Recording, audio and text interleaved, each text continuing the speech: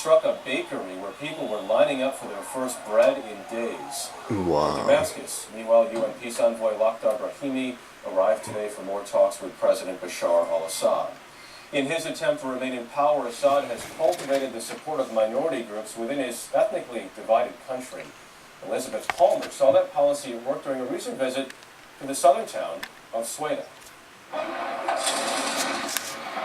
Conflict has engulfed Syria over the past 21 months, from one end of the country to the other. But so far it's barely touched the town of Sweda, in southern Syria near the border with Jordan. The people who live here are Druze, a religious group that's allied itself with President Bashar al-Assad.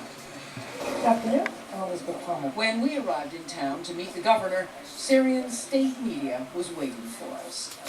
The regime is anxious to showcase this community full of official supporters willing to reinforce the party that the violence in Syria is not a civil war, but a terrorist campaign by foreign-backed extremists. So, are you afraid they'll come here to Does that sound familiar? Foreign-backed Of course we're extremists? afraid, the governor told me.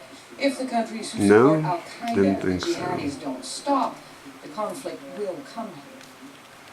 So far, local authorities have kept it at bay by supporting violent crackdowns on the slightest sign of anti-regime protest. The strategy Jesus. worked because government critics in this community were always a Sorry, vocal brother. but small minority.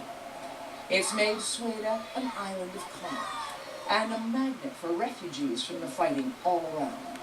About 10,000 of the almost 500,000 people displaced inside Syria have been offered shelter by the local government.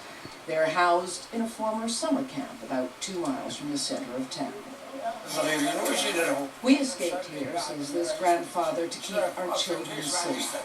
We want peace. This young man speaks for everyone when he says, all we want is peace. They've got it for the moment, but with the battle now underway all around the town, this small enclave of stability looks very vulnerable. Elizabeth Palmer, CBS News, Sweden.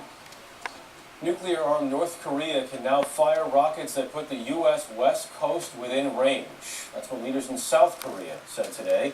They point to this month's rocket launch, putting a weather satellite into orbit. Later, a hallelujah chorus of thousands. In India, angry protests over sexual assaults on women.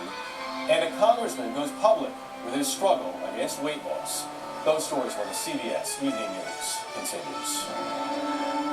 Now, out of those three, I'm willing to bet people care more about the congressman's